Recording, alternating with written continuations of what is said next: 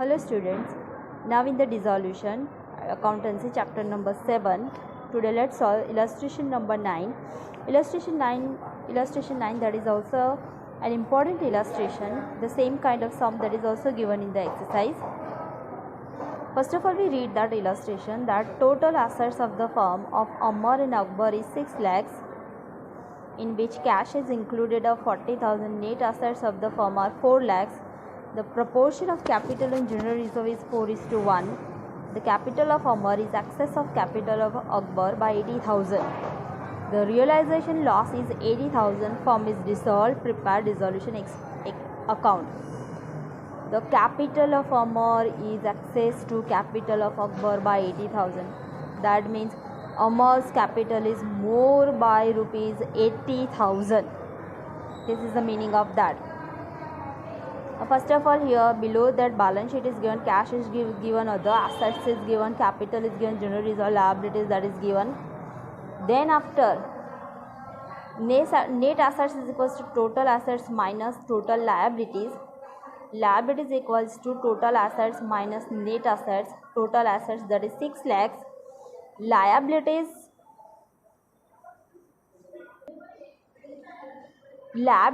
directly is not given because in the total of liability capital is also added.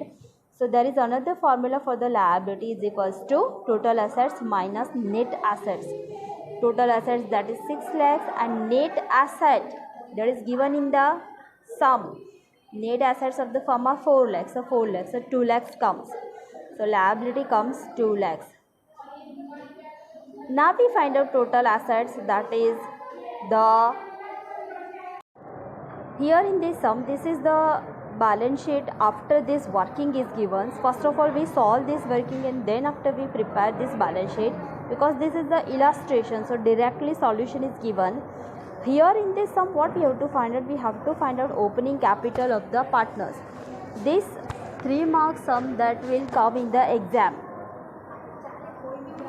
Now we find out total asset side, that is 6 lakhs, and is equals to total liability, that is capital plus reserve plus liabilities.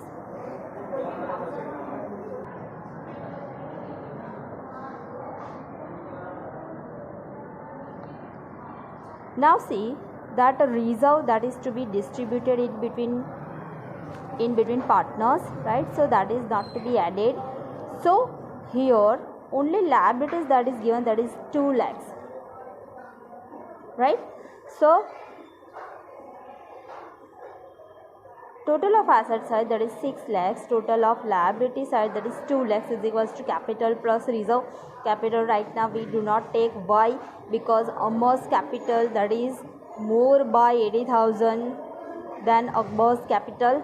So capital plus reserve comes 4 lakhs rupees. This reserve and capital, reserve first of all we distribute in 4:1 ratio,